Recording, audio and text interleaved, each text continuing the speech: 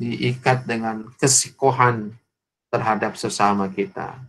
Sikoh kepada para pemimpin kita, sikoh kepada para guru dan para murabbi kita, sikoh dan percaya kepada para pengurus partai, sampai kepada tingkatan yang paling rendah, bahwa ini menjadi pengikat penting untuk kita hadir, memiliki dan menghadirkan dua kepentingan, sosok pribadi dan sosok sebagai jamaah yang menghadirkan pembelaan kepada nilai-nilai al-Islam. Ikhwafillah hafizakumullah, ini dua poin penting yang tentunya bisa Ana sampaikan dalam kesempatan yang baik ini. Insya Allah saya yakin antum semua adalah orang-orang yang memiliki pemahaman yang wuduh, yang wadih, yang jelas ya. Kalau al-fahmu itu, kalau dalam arkan yang kita pahami itu ada rukun yang pertama al-fahmu itu, tentu kefahaman kita ini insya Allah bukan cuma kefahaman kulit-kulitnya dakwah, tapi sudah mulai masuk ke dalam nilai-nilai yang sangat mendalam, sehingga kita bisa memahami realitas dan apa yang terjadi dalam kacamata dakwah kita. Dan insya Allah dengan memahami seperti itu, maka kita akan menjadi orang-orang yang senantiasa istiqamah di dalam jalan dakwah ini, insya Allah, bersama bimbingan para ustadz dan ustadzah kita semua, insya Allah. Ikhwani akhwati al-ahibba, hafizakumullah, itu barangkali poin-poin penting yang bisa Ana sampaikan dalam kesempatan halal bihalal malam hari ini. Mungkin ada nanti yang mau menambahkan atau ada yang mau mengurangi, tentu saya persilahkan dengan sebaik-baiknya, karena ini kan suasana halal bihalal, kita bangun suasananya yang enak-enak, yang santai-santai insya Allah. Tetapi ada satu hal yang juga perlu dicatat, bahwa PKS hari ini sudah memiliki rating cukup luar biasa. Kan bisa jadi umat berpikir partai Islam tuh ya tinggal satu gitu. Bisa jadi kayak gitu ya. Maaf ini seloroh ini ya. Bisa jadi umat berpikirnya, oh ternyata partai Islam tinggal satu. Maka dalam memformat pikiran seperti itu, kita harus siap hadir menjadi orang-orang yang siap menerima pikiran-pikiran dan kehadiran tamu-tamu baru dengan cara yang lebih santun, bisa lebih demokratis, bisa lebih moderat dalam memahami semua perkembangan yang ada. Maka kefahaman kita terhadap nilai-nilai syariat menjadi penting supaya kita menjadi orang yang fleksibel, luas tapi tidak permisif. Luas dan luas, siap menerima masukan, siap menerima berbagai macam perubahan, selama tidak melanggar ketentuan syariat Allah dan tidak melanggar prinsip-prinsip berjamaah. Insya Allah, ikhwani akhwati fillah, kita mudah-mudahan menjadi tempat migrasi baru dari seluruh orang-orang umat Islam yang masih memiliki kepercayaan kepada PKS dan menaruh harapan besar untuk mengemban amanat umat di masa yang akan datang. Ya, jadi kalau bercandanya, jangan-jangan ke depan nih ya tinggal dua aja nanti. Kalau nggak PK, ini yang PK itu gitu. Ya. Yang satu S, yang satu I, bisa jadi begitu. Ini seloroh, tapi naga-naganya kelihatannya akan berkembang seperti itu mengkerucutnya. Baik, ikhwani akhwati fillah, para asatidz wal ustadzah rahimakumullah. Saya nggak bisa panjang-panjang, mungkin ini sudah agak larut malam juga ini, jam 9:10. Mungkin ada bagusnya kalau kemudian ada yang mau menambahkan, atau yang mau memperbaiki dan lain sebagainya, diberikan kesempatan kepada ikhwas semua. Ala kulli hal, jazakumullah khairan Adik Ibrahim yang sudah menginisiasi acara ini. Saya bisa bertemu dengan wajah-wajah Jakarta Barat yang Masya Allah yang ikut menyemai dakwah di masa-masa pertama. Dan subhanallah, jazakumullah khairan. Ya, mudah-mudahan semuanya mendapatkan keberkahan dari Allah Subhanahu wa taala. Amin, amin. Dan semua ikhwah, teman-teman dan keluarga sehat-sehat selalu. Tidak ada yang terkena musibah. Insya Allah mudah-mudahan anak-anak kita menjadi anak-anak yang saleh dan salihah. Mudah-mudahan amin ya rabbal alamin. Salam kepada para masyayikh di Jakarta Barat. Ya, salam hormat, salam ta'zim untuk para asatid. Mudah-mudahan semuanya mendapatkan keberkahan dari Allah. Demikian kurang lebihnya. Wassalamualaikum warahmatullahi wabarakatuh. Waalaikumsalam. Waalaikumsalam warahmatullahi wabarakatuh. Jazakallah pada Ustaz Memasuki yang sudah menyampaikan taujihnya tentang halal pada malam hari ini. Alhamdulillah banyak sekali pencerahan yang sudah beliau sampaikan pada kita, bahwa poin-poin penting yang sangat bisa kita ambil adalah bahwa kita berusaha untuk menghadirkan sosok muslim yang baik sebagai pribadi yang baik, mempunyai saksi keislaman yang baik, agar kita tetap bisa dapat mengambil peran di tengah-tengah masyarakat. Kemudian tampil sebagai dai dalam makna yang lebih luas, mengajak orang, mengajak umat kepada kebaikan Islam dengan cara-cara yang baik pula, agar umat merasakan kemanfaatan yang luar biasa. Secara sederhana dikatakan bahwa menghadirkan secara personal dan jamaah itulah poin penting yang bisa kita lakukan. Baik ikhwah sekalian, jazakallah. Ya. Ikhwah sekalian, jazakallah pada Ustaz Memasuki. Rasanya ini terbuka kemungkinan sangat luas untuk berdiskusi. Kami berikan kesempatan kepada para ikhwah dan asatidz yang ingin menyampaikan atau menanggapi atau menyampaikan pertanyaan kepada muwajih kita. Tafadhol, jika ada yang ingin menyampaikan pertanyaannya, atau dalam bentuk chat juga bisa disampaikan.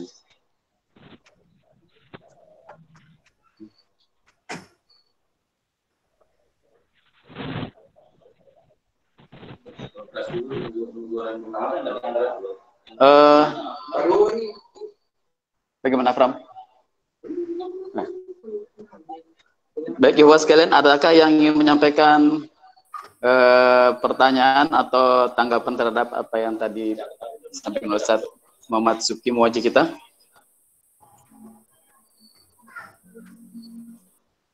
Nggak ada kali ya, udah cukup. Oh, tidak ada. Sebetulnya poinnya sangat luar biasa, Ustadz ya. Luar biasa sekali. Sambil menunggu itu mungkin dari Ustadz Pram. Assalamualaikum. Waalaikumsalam warahmatullahi wabarakatuh.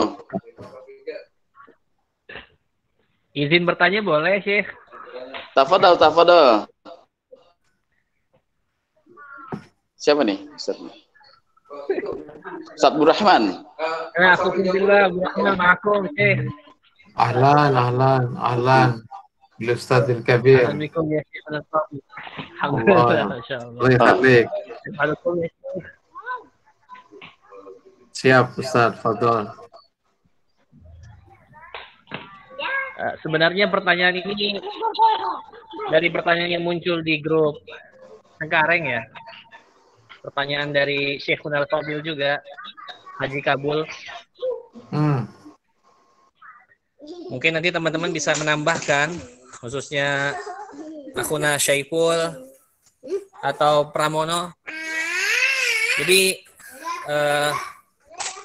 Syekh Kunal Fadil Haji Kabul ini mengadukan sebenarnya beliau merasa resah sudah tinggal di komplek Ambon itu karena kondisinya semakin tidak kondusif, Syekh. Mungkin sudah jadi rahasia umum kayaknya ya, insyaallah. Nah, kemudian kita ingin memberikan solusi seperti apa yang mungkin bisa dilakukan. Anas sendiri sudah pernah menyampaikan juga ada beberapa kenalan yang memang kenal juga beberapa jenderal bintang 3 lah, bintang K3. Ke atas mungkin bukan bintang 7 tapi Syekh insyaallah. Kalau bintang 7 jadi pusing, puyer ya. Tapi memang Iya. kondisinya sebenarnya di sana itu ya kalau ada barang juga barangnya kalau diperiksa bukan barang asli. Jadi ketika ditangkap juga ya nggak lama lepas gitu ya. Jadi kabarnya begitu. Jadi bukan narkoba asli. Kemudian juga kabarnya juga backingannya kuat. Makanya kalau Haji Kabul pernah bilang ada Pak Adang misalnya tahu tapi kondisinya sampai sekarang malah makin parah kalau menurut Haji Kabul ya. Itu kan sesuatu yang memang sebenarnya apa ya, seakan-akan dibiarkan. Kalau informasi dari teman yang anak kenal itu, yang punya teman di Jenderal Bintang juga, itu biasanya kalau dir narkoba itu penangkapan itu biasanya untuk naik pangkat, untuk naik jabatan gitu. Tapi kondisinya ya seperti yang kita lihat lah sama-sama, mungkin nggak menutup mata makin parah insya Allah dan mungkin dirasakan oleh Haji Kabul. Walau alam kayaknya sekarang nggak ikut kumpul nih beliau. Kalau ikut kumpul mungkin bisa lebih jelas yang beliau sampaikan. Jadi Ana merasa bertanggung jawab juga untuk menyampaikan pertanyaan ini karena kemarin waktu ke fraksi udah keburu pulang, belum sempat menyampaikan apa yang Haji Kabul titipkan di grup itu. Demikian Syekhul Al-Fadil, mohon maaf sedikit agak panjang. Wa jazakumullahu khairan semuanya, wabil khusus para asatidzah kita dan ada Wajah Solihah juga, Pak Haji Dede Ibrahim dan semuanya, jazakumullahu khairan. Assalamualaikum warahmatullahi wabarakatuh. Waalaikumsalam warahmatullahi wabarakatuh. Insyaallah ketangkep maksudnya Ustaz ya. Siap.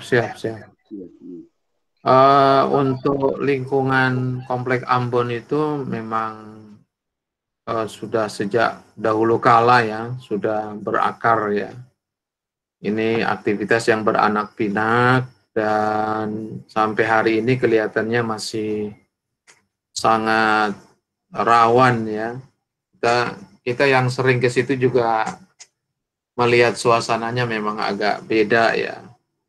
Dengan hadirnya para preman-preman narkoba. Nah, yang menjadi agak dilematisnya itu bahwa masyarakat kita juga memang banyak terlibat. Jadi sekali lagi di kampung-kampung itu, di gang-gang sempit itu, ternyata bukan hanya di Komplek Ambonnya, tapi sampai seberang ke nyebrang selokan kecil itu juga di perkampungan banyak sekali masyarakat kita yang menjadi pengedar bahkan mungkin pengguna dari narkoba ini sendiri. Ya, ala kulli hal, ikhtiar tentu kita harus tetap lakukan. Apa yang bisa kita kerjakan, apa yang bisa kita lakukan, ayo kita bismillahirrahmanirrahim. Insya Allah di sini juga ada Ustazah Haja Lili Solihat. Insya Allah beliau juga tentu tidak akan tinggal diam. Pastinya dia juga gerah gitu ya mendengar berita kayak gini. Dan kita juga insya Allah melakukan ikhtiar sebisa apa yang bisa kita lakukan. Urusan hasil dan tidak, itu kan urusan lain lah ya. Tapi ikhtiarnya wajib kita lakukan. Kalau menurut saya secara pribadi dalam konteks ini bagus kalau kemudian PKS misalkan dalam hal ini DPC melakukan semacam silaturahim baik dengan fraksi di DPRD sebagai jalan aspirasi, mana tahu nanti teman-teman DPRD bisa menyampaikannya kepada Pak Gubernur, ya paling tidak supaya memiliki perhatian ya terhadap kasus ini. Tapi tentu tidak sampai di DPRD karena urusan polisi ini tentu bukan ranahnya DPRD. Kalau ke DPRD biar supaya Pak Anies tahu, Gubernur Muslim pilihan kita tahu, paling enggak nanti ada tindakan-tindakan yang penting dan bisa dilakukan, tapi juga harus sampai ke fraksi DPR. Ya, mungkin teman-teman kalau mau ke fraksi DPR, kita juga banyak teman-teman di fraksi di DPR RI yang bisa menjembatani untuk bisa silaturahim dengan komisi berapa itu kalau kepolisian tuh ya. komisi yang pas gitu kira-kira. Insya Allah, dan fraksi baik di DPRD maupun di DPR, saya rasa insya Allah selalu terbuka untuk apalagi untuk struktur PKS di bawah yang ingin menyampaikan aspirasinya. Sebagai ikhtiar ya kita sampaikan, kita lakukan secara alurnya yang jelas ya. Kalau tidak sesuai undang-undang kan salah lagi ya. Tapi kita ikuti semua alur yang mengikuti aturan baik ke DPRD maupun ke DPR RI. Insya Allah kalau teman-teman mau ke DPR RI lagi ya tidak cuma Pak Adang, ya bisa juga dengan yang lain-lainnya. Mudah-mudahan bisa saling bisa memberikan bantuan. Saya pikir itu salah satu jalan yang bisa kita tempuh. Kalau kita udah berkali-kali belum ya, namanya belum terus saja. Kita nyari pahala buat ikhtiar. Urusan hasil dan tidaknya biar Allah yang nanti yang menentukan. Tapi ada satu hal lagi, ikhwah. Inilah dampak kesulitan ekonomi, ya, yang sangat rumit, ya. Ketika kita lihat anak-anak muda nggak punya kerja, orang-orang nggak ada kerjaan, pengangguran, tiba-tiba ada yang nawarin menjadi kurir, menjadi pengaman, menjadi orang yang mengedarkan narkoba dan lain sebagainya. Dengan keuntungan sekian-sekian, ini adalah bagian dari ujiannya. Inilah dampak dari buruknya suasana ekonomi masyarakat. Paling tidak ya, kalaupun ini menjadi jalan yang terjal dan panjang, itulah yang kita hadapi realitasnya. Mau nggak mau kita hadapi insya Allah secara proporsional. Itu barangkali dari anak. Mungkin ada Bu Haji Lili yang bisa menjelaskan lebih konkret. Iya, jazakallah Ustaz. Ya, Mungkin di sini karena hadir Ustazah Lili Solihah sebagai anggota Dewan, mudah-mudahan beliau berkenan memberikan tanggapannya terhadap hal ini sebagai bentuk pembelaan terhadap situasi di lokasi Kampung Ambon. Padahal Bu Haji Ya. Lili. Ya, memang ini ya apa namanya kasus yang ini ya yang klasik ya dari dulu. Kalau dulu ketika saya di Dewan di Komisi E itu di bawah ini ya apa namanya di bawah mitra Komisi E dulu. Nah, kalau sekarang itu sudah ada di di bawah Komisi A, Komisi Pemerintahan itu untuk penanganan narkoba. Ya, jadi kalau di Komisi E itu udah nggak ini, anggarannya juga sudah tidak ditaruh di Komisi E, tapi ada di Komisi A. Saya tahu betul tuh anggaran untuk pemberantasan narkoba itu cukup besar ya, lebih dari puluhan miliar gitu. Nah, inilah memang yang harus itu kerjasama antara masyarakat dan pemerintah daerah. Kalau tadi Pak Ustadz Subki mengatakan coba kita akan sampaikan kepada gubernur karena memang ini masalah yang ini ya, yang klasik dari dulu ini masalah ini untuk daerah Ambon, Cengkareng itu memang sudah jadi target buat mereka.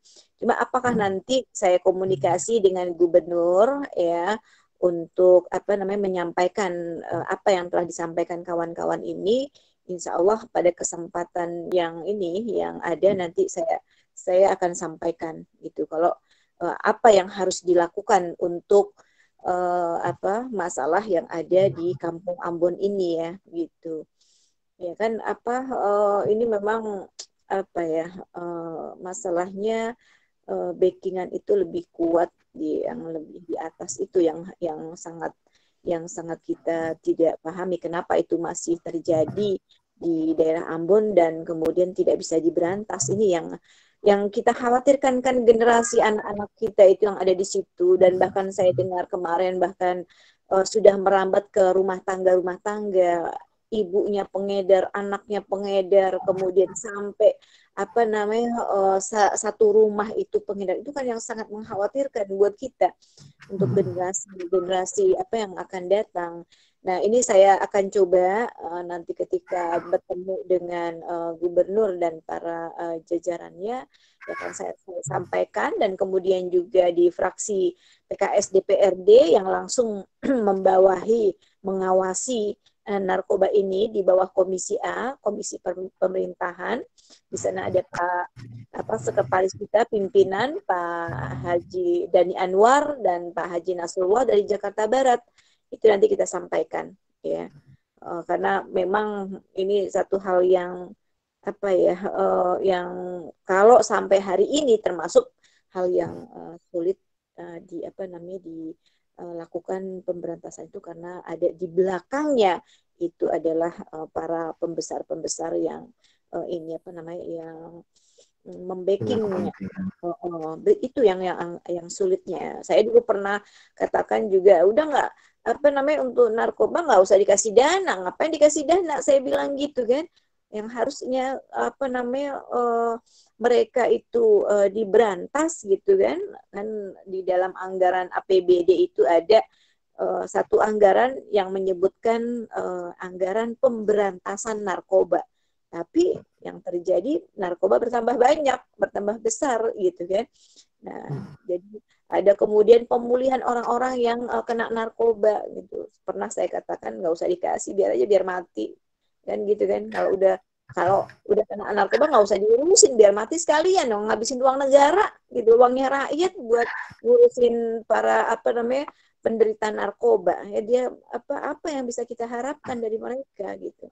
Tapi lagi-lagi alasannya alasannya mereka mengatakan ini kan HAM, Bu, gitu, hak asasi manusia yang harus juga dikerjakan gitu. Bayangkan aja itu memakan puluhan miliar itu untuk melakukan itu, dan kita pernah berhadapan juga langsung ke kepolisian untuk pemberantasan narkoba, ya hasilnya belum signifikan. Tapi saya akan sampaikan kepada gubernur kita apa yang akan dilakukan, tidak, karena ini udah rahasia umum, bahkan seluruh Indonesia tahu kalau kampung-kampung itu sarangnya narkoba. Tapi sampai hari ini yang kita temukan ya masih terjadi pengedaran dan sarang di sana gitu. Ya begitu. Coba nanti akan saya sampaikan masukan-masukan ini. Gitu, Pak, ya. Ya, baik. Jazakallah Bu Lili. Mudah-mudahan ini menjadi agenda yang utama dari anggota dewan kita, bahwa lokasi kondisi di Kampung Ampuan memang betul-betul butuh penanganan yang lebih serius gitu. Jazakallah Bu Haji Lili atas respon dan upayanya. Berikutnya Ustadz, ini ada pertanyaan dari peserta dari Asaf Rijal dari Cengkareng Barat. Beliau menanyakan bagaimana bekal apa yang harus kita miliki jika situasi nanti kondisinya menjadi seperti yang maksud 2PK saat gitu. Ya, kalau buat kita baik-baik aja semuanya, insya Allah. Nggak ada yang jelek. Apa yang ditentukan Allah buat kita baik, insya Allah. Iskariman, omud syahidan, itu nggak ada masalah, no problem. Walaupun pada akhirnya kita harus berhadap-hadapan seperti itu adalah kesempatan untuk kembali kepada Allah dengan melalui tiket VIP untuk insya Allah, mudah-mudahan ya. Jadi kita lihat aja perkembangannya. Tapi tentu kita harus hadapi semuanya secara konstitusional ya. Makanya kita doakan para ustadz-ustadz kita yang ada di parlemen biar mereka lebih kokoh ya, lebih kuat, dan insya Allah kita pun akan turut melakukan pembelaan terhadap mereka. Insya Allah. Alhamdulillah. Jazakallah Ustaz. Berikutnya ada pertanyaan lanjutan dari Ustadz Arnuan Syah, Ustaz. Titipan pertanyaan dari istri beliau. Pertanyaan adalah, bagaimana kita tetap bisa bersabar dan tidak terprovokasi informasi yang berkembang menghadapi wabah pandemi ini yang menurut para ahli kemungkinan akan berlangsung panjang, hitungan tahun, Ustaz. Jadi begini, Aki. Kalau ibarat galau kan kita ini bingung ini. Kita ini nggak tahu apa-apa ya. Hari-hari kita itu cuma lihat televisi, lihat berita di media, sosial media. Ini beritanya kan simpang siur nih ya.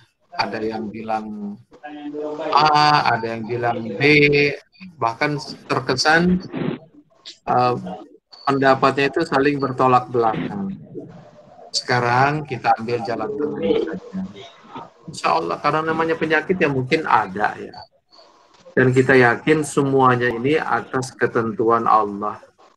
Gak mungkin apapun yang terjadi kalau tidak ditakdirkan Allah Subhanahu wa Ta'ala. Ya. Sebagai manusia tentu wajib berikhtiar, melakukan kehati-hatian. Ya.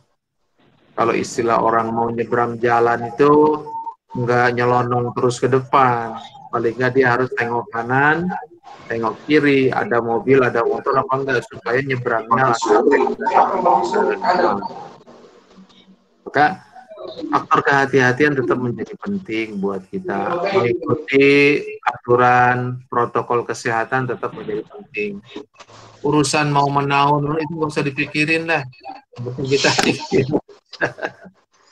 Sebab kalau kita mikirin mau menaun, mau sekali ada ininya lah, ada porsi kita itu ya.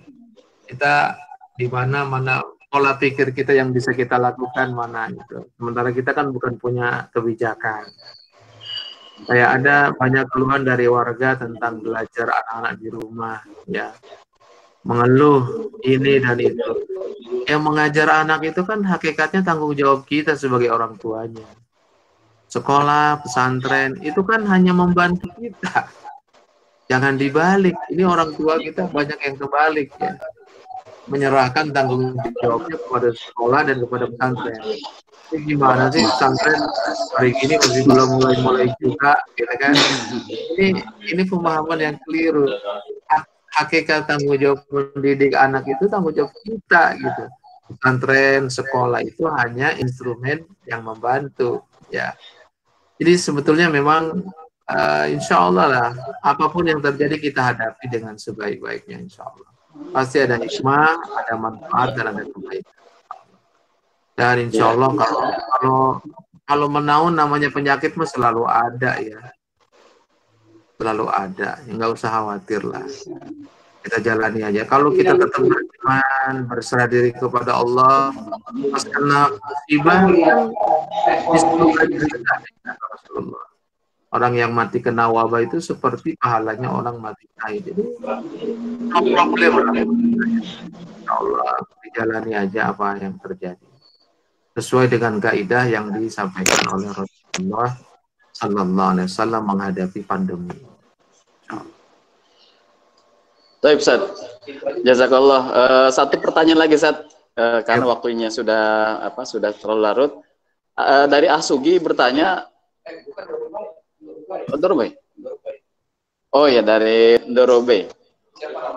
Afan Asugi berarti nggak bisa di-repost nih ya. Beliau menanyakan, kondisi saat ini rezim sangat senang sekali mengeluarkan kebijakan yang tidak pro kepada rakyat. Bagaimana sikap anggota dewan kita nih yang ada di parlemen mengenai regulasi yang digodok dengan DPR sama pemerintah yang tidak pro rakyat? Jadi, begitu ya. Ini porsinya Bu Haji Lili lah. Bu Haji Lili ya. Padahal. Iya. Ustazah Lili, gimana Ustazah Lili?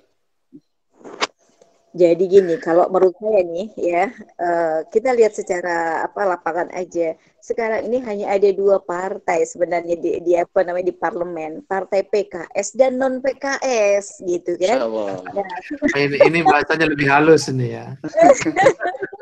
Jadi kalau kemudian kita lihat PKS itu kalau untuk di parlemen baik di DPR RI yang kita baru mendapatkan 50 kursi, kemudian berhadapan dengan 310 kursi itu ya 15 kursi. Ya teriak-teriak, kita teriak nih gitu. Tetap dalam pembelaannya untuk masyarakat, untuk rakyat berkhidmat. Tapi kan kemudian mereka lebih banyak kursinya, gitu kan? Jadi kadang-kadang tidak terdengar oleh masyarakat. Padahal teriakan kita itu sudah sampai kepada batas yang kalau bahasa kita batas yang keras gitu. Ya, tapi pada hari ini kita lihat ya teriakan kita ternyata ada yang mendengar, gitu kan? Seperti misalnya kemarin masalah undang-undang rancangan undang-undang HIT, kita sejak awal itu sudah apa namanya sudah teriak DPR RI, ya, kemudian lainnya DPRD DKI Jakarta pun demikian, ya, kita baru 16 kursi sementara mereka ya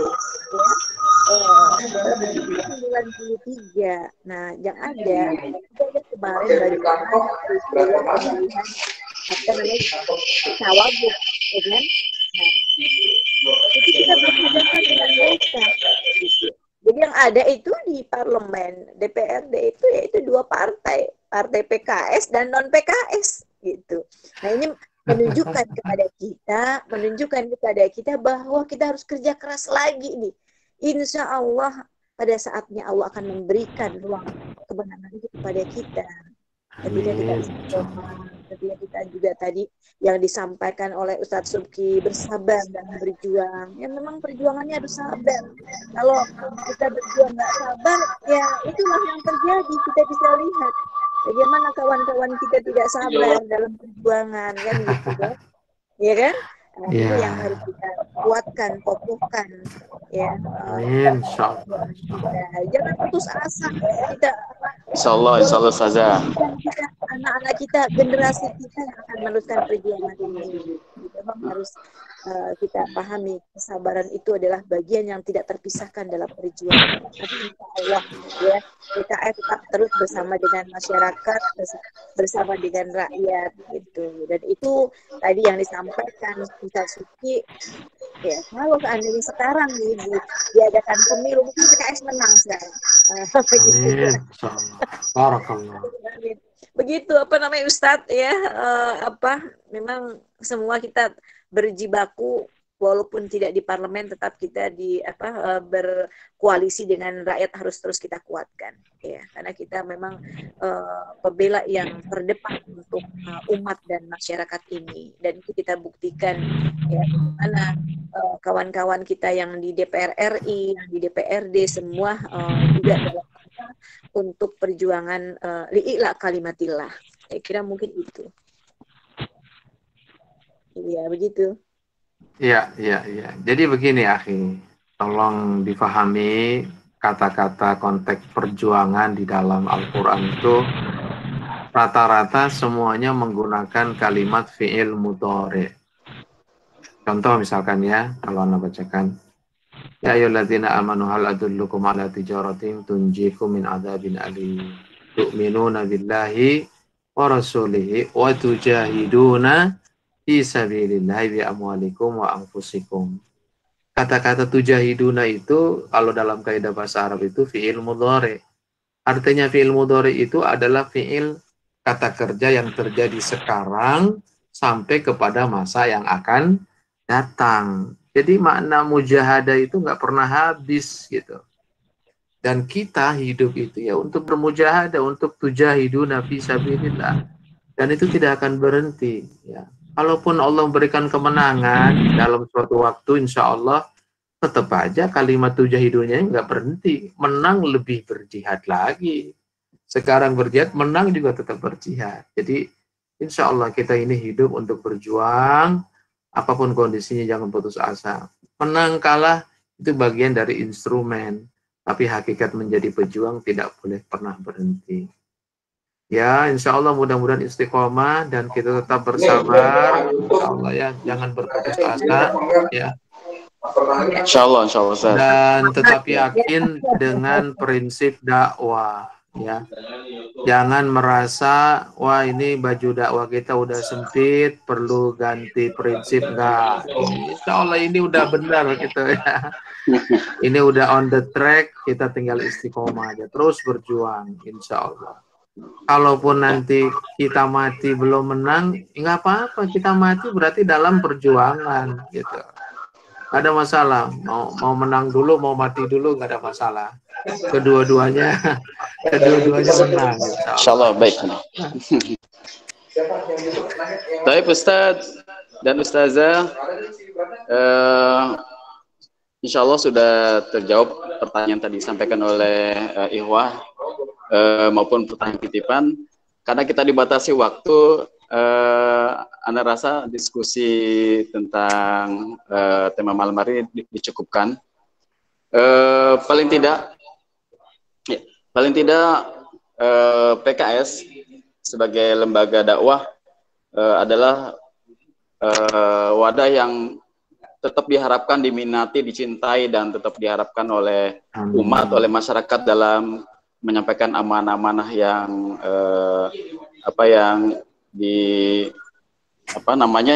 yang diharapkan sekali oleh masyarakat.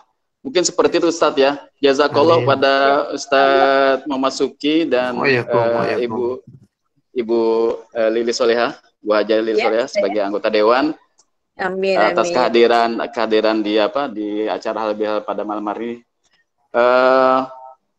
Untuk berikutnya kepada Ustadz Memasuki berkenan menutup dengan doa, Ustadz, agar semakin berkah acara kita.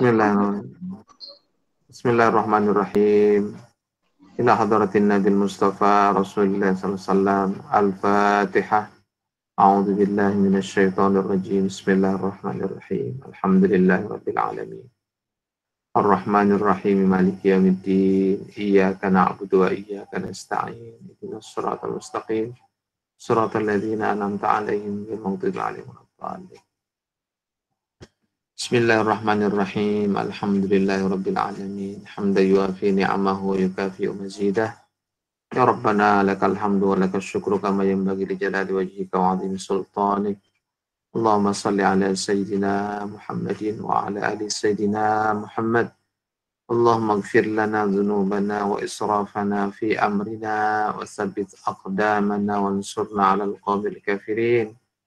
Allahumma ihfaz jama'atana, Allahumma ihfaz hizbana, Allahumma ihfaz qadatana kullihim bi rahmatika ya arhamar rahimin. Allahumma adfa' 'anna al-bala ma la yadfa'uhu ghayruk. Allahumma abshirna bi raf'i hadzal bala ya rabbal alamin.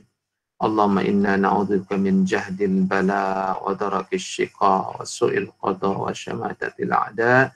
Ya Rabbal Alamin. Allahumma innaka ta'lamu anna hadhil qulub qad ijtamat ala mahabbatik wal taqat ala ta'atik wa tawahadat ala da'watik wa ta'ahadat ala nusrati syari'atik wa tikillahumma rabitataha wa dimuddaha wahdiha subulaha wa mla'ha binurika alladhi la yakhbu washrah suduraha bifadil imani bik wa jamili tawakkuli alaik wa ahya bi ma'rifatik wa amin sa'ala syahadati fi sabilik innaka ni'mal maula wa ni'mal nasir.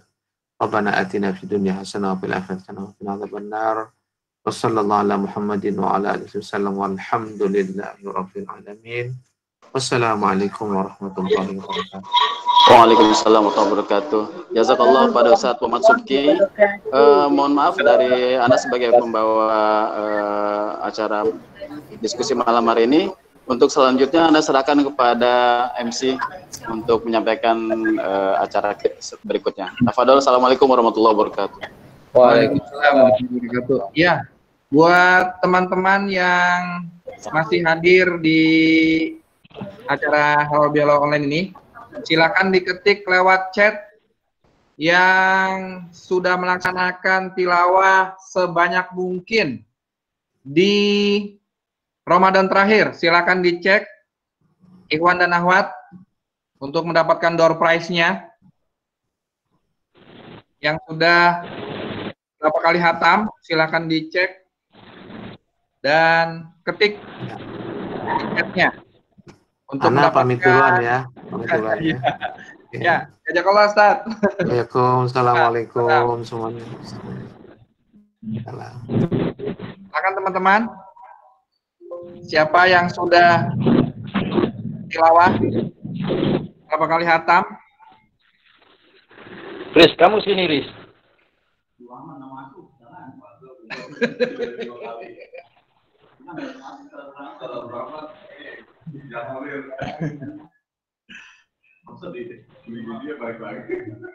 Ya. Suruh ngetik door prize Riz. Tinggal boleh. peserta yang hadir di sini boleh ikut kecuali Ustadz Abdurrahman. Afwan ya Ustadz.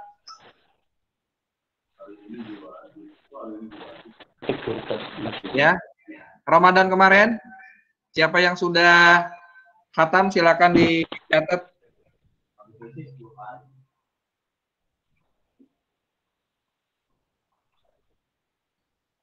Ya, ada yang 3 kali khatam, ada yang 5 kali khatam.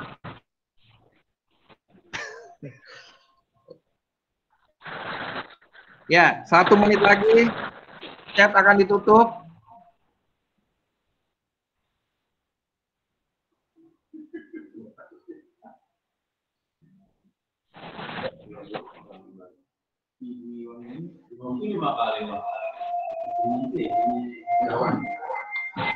Silakan diketik berapa kali khatam selama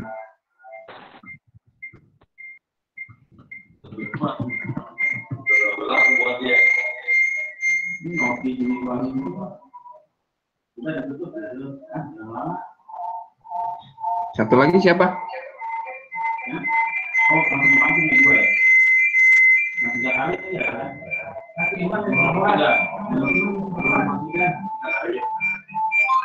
Novi 5 kali tuh.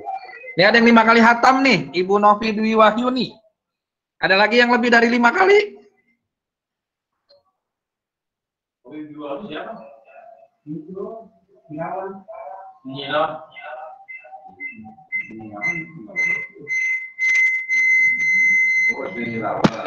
Terus yang Ikhwan itu 5 kali hatam di 30.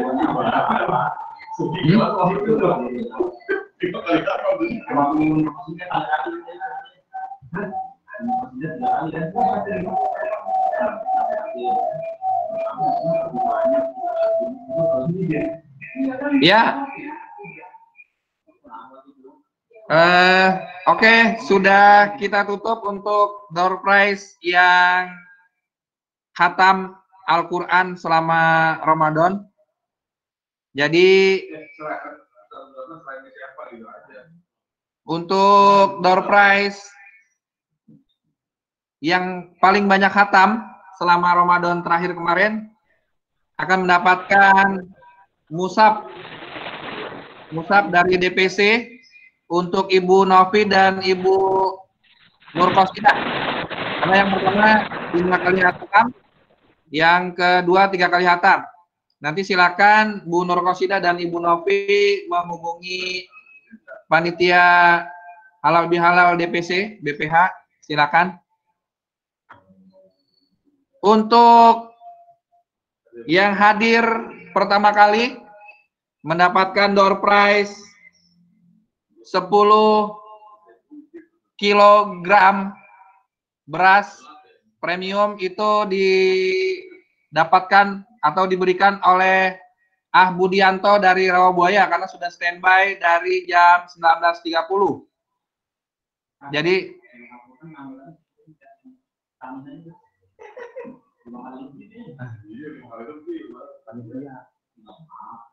ya, sudah, jadi beras sudah diberikan untuk yang pertama kali join sama Ah Budianto. Silakan nanti disampaikan kepada BPH DPC untuk door prize-nya 10 kg beras.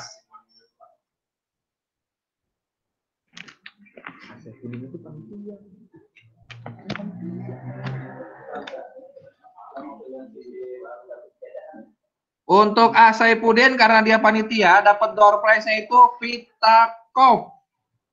Ya, Vitakov. Alhamdulillah Vitakov.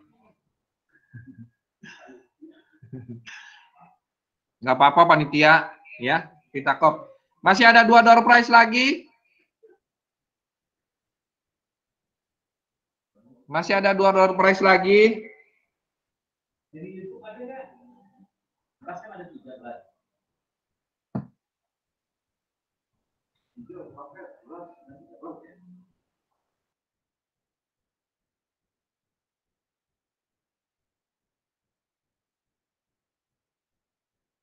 Banyak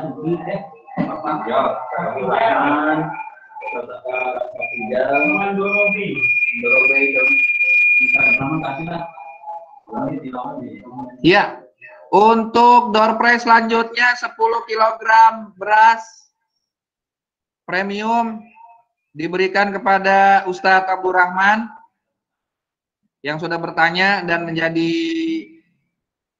pertanyaan di awal buat kita semua. Dan yang selanjutnya disampaikan kepada door prize yang kedua, masih 10 kg beras juga untuk Pak Saprijal. Ya, pertanyaan kedua.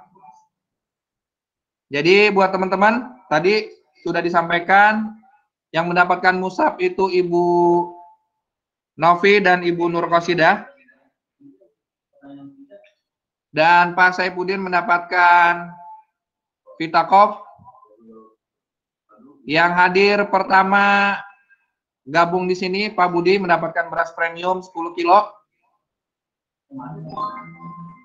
Dan juga beras untuk Ustadz Abdul Rahman sebagai penanya dan juga Pak Saprijal. Masih ada 3 sarang madu masing-masing 500 gram. Ya, itu untuk Dorobai. Dorobai siapa nih? Nama aslinya Dorobai? Tolong disampaikan, diketik namanya Dorobai di sini. Namanya Dorobai aja nih. Dorobai. Oh, Novian. Itu dapat madu sarang tawon. Ya, dapat madu sarang tawon. Dan 2 lagi itu ada diberikan kepada Asugi walaupun pertanyaannya tidak sempat dijawab, sama istrinya Pak Arnoansah, ya. Jadi masing-masing mendapatkan madu sarang 500 gram, ya. Jadi sekali lagi untuk door prize beras 10 kg diberikan kepada Ah Budianto, peserta pertama join. Ustadz Abdul Rahman, pertanyaan kedua. Pak Saprijal, pertanyaan yang kedua. Untuk Al-Quran diberikan kepada Bu Novi dan Bu Nur Qasidah. Untuk COVID diberikan kepada Pak Saifuddin. Untuk istri Pak Arno, Dorobai atau Novian, sama Pak Sugi mendapatkan masing-masing sarang madu sarang tawon 500 gram. Oke. Jadi alhamdulillah semua door prize sudah kami berikan kepada teman-teman semua.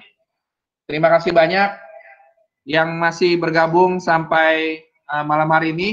Jika ada pertanyaan yang mau disampaikan kepada struktur DPC ataupun BPH DPC, bisa di japri ataupun disampaikan kepada BPH. Mungkin itu aja yang bisa kami sampaikan untuk teman-teman semua. Untuk door prize semua bisa diambil di rumah ketua DPC. Ya, silakan koordinasi dengan ketua DPC. Mungkin itu aja pengumuman dari kami. Lebih kurangnya kami mohon maaf dan terima kasih banyak buat tim panitia. Sekaligus ini juga bagian uji coba live streaming menggunakan